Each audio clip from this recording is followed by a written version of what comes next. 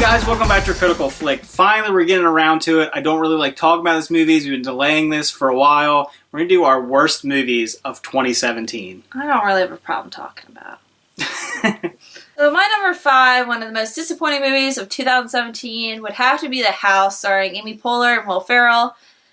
You know, I was just expecting so much more from this movie. It wasn't that funny. Amy Poehler was on one of my favorite TV shows. Will Ferrell's put out really great comedic movies, and this one just fell completely flat. The story was not interesting, and it was just very blah. Yeah, I thought I had a lot of wasted talent.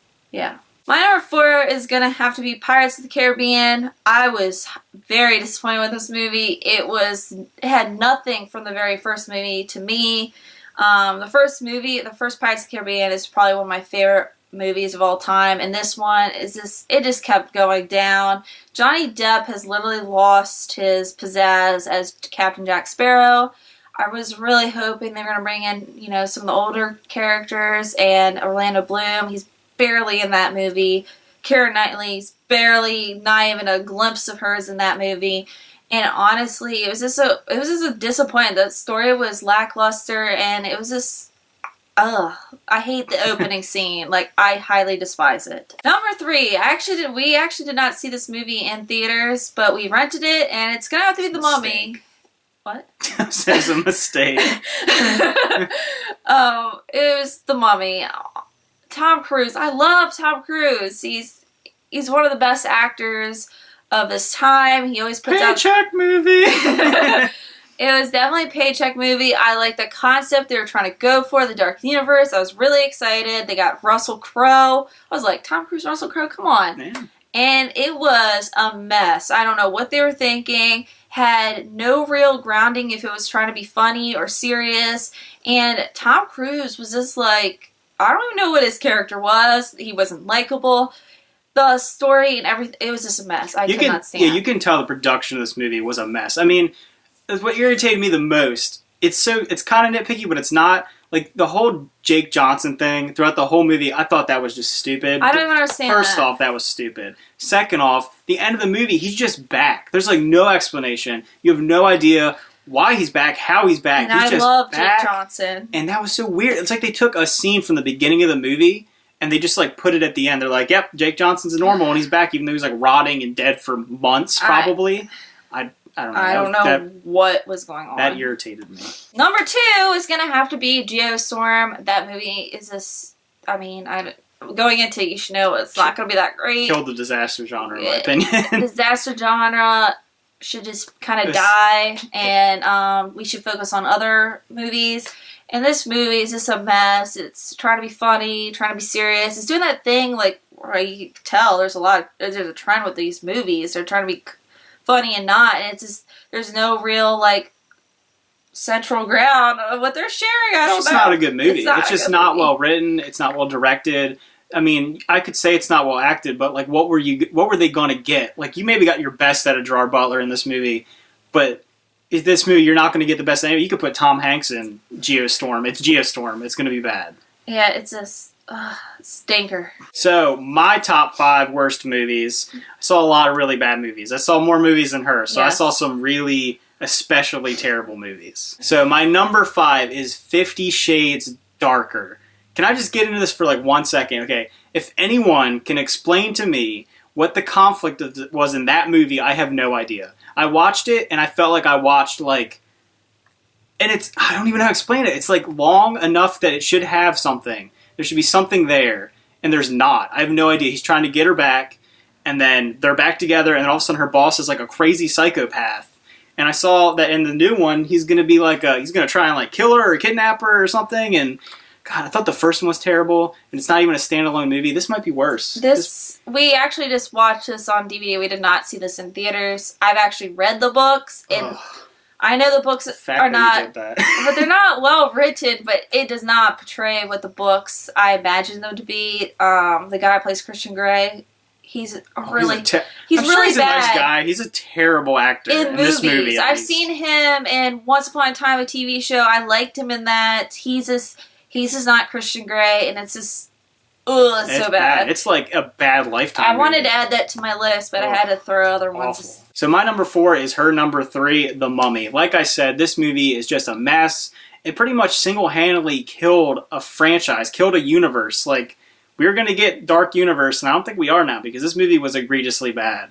And you can tell that it had a lot of potential, it had some star power in it, and whoever was in charge dropped the ball on it, and it's just not a good movie. My number 3 is The Circle. This movie is laughably bad, and it's long. It is a boring movie. And you see who's in it. You see Tom Hanks, you see Emma Watson, you see John Boyega. You're thinking this is going to be a good movie. Like, I went into it, and I didn't expect anything because I saw the trailers. I'm like, oh, it's kind of like Black Mirror-esque.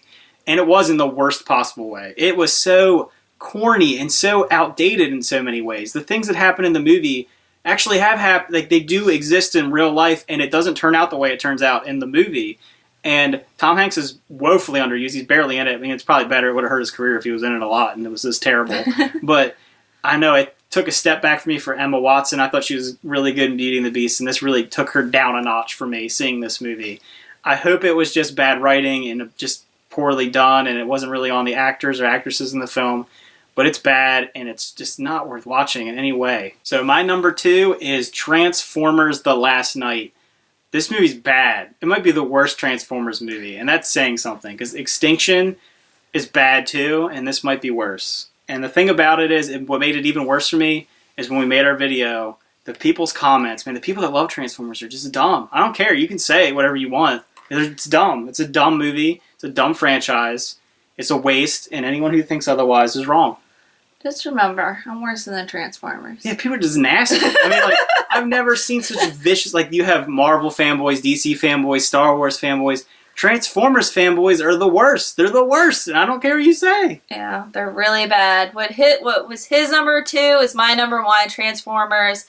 It was so bad. I wanted to leave halfway through the movie. It's long. It's super long. It's just overly done. There's the stories just being thrown at you every which way. I don't understand. It's definitely a paycheck movie for Mark Wahlberg. I honestly think Michael Bay needs to go on an island vacation and like rejuvenate himself to make a better movie. Because he can make good movies. That's the thing. It's like the first Transformers is a good movie, and some of it's The Rock. I mean, he has some other good movies. Pain and Gain. I really enjoy that movie. It's just this movie.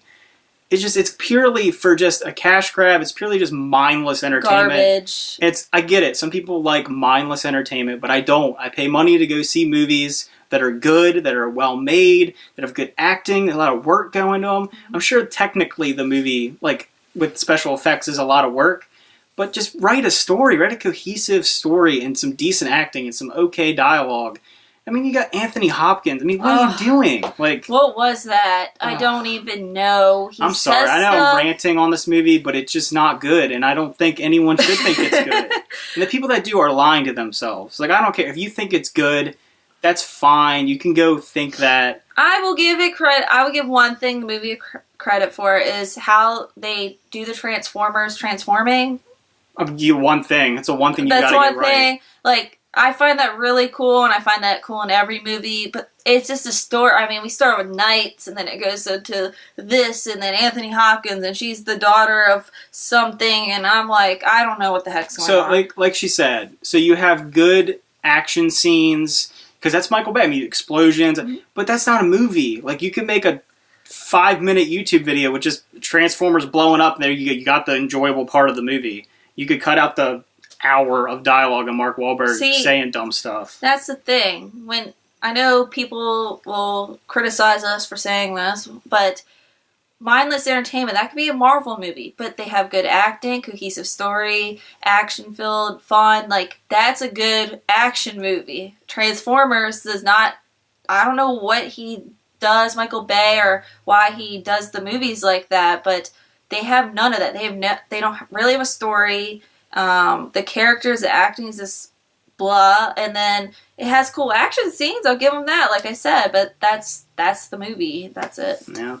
All right, so even after saying all that, I have a different number 1, and it is maybe one of the worst movies ever made. I did not see this, but he did. The Emoji Movie. This movie is just a crime against humanity, that it exists, And now the stuff came out about T.J. Miller. It makes it even worse. Like, this movie, I didn't think it could be worse. It's worse than when I first saw it. It's so stupid. The jokes in it are dumb. They're insulting to even children. That they're just, it's not a good movie. Even for kids, it gives you bad lessons. It gives you bad everything. Nothing is good about the movie. The visuals are passable for an animated film. I mean, it's Sony Entertainment, so they have the money, okay? But it's such a cash grab. It's a dumb story. It's a dumb premise. It is, like I said, it's insulting to people's intelligence that this movie exists, and I saw it, and I immediately hated it. It's the only movie I've ever given a 0. I stand by. I could give it a -1 if I could. It's awful, and I don't think anyone should see it. It's not even enjoyably bad. It's just bad. It's a bad movie. Waste of time. Waste that it was made. It should get just thrown away. Never exist. All right, so this was our top 5 disappointing movies of 2017. Let us know what your top 5 disappointing movies were. Do they match up? Tell me that you love Transformers. I know one of you is going to do it. Yeah, I know somebody's going to be like, I'm worse than Transformers. It's fine if you don't think whatever. All right. All right. See ya. Bye.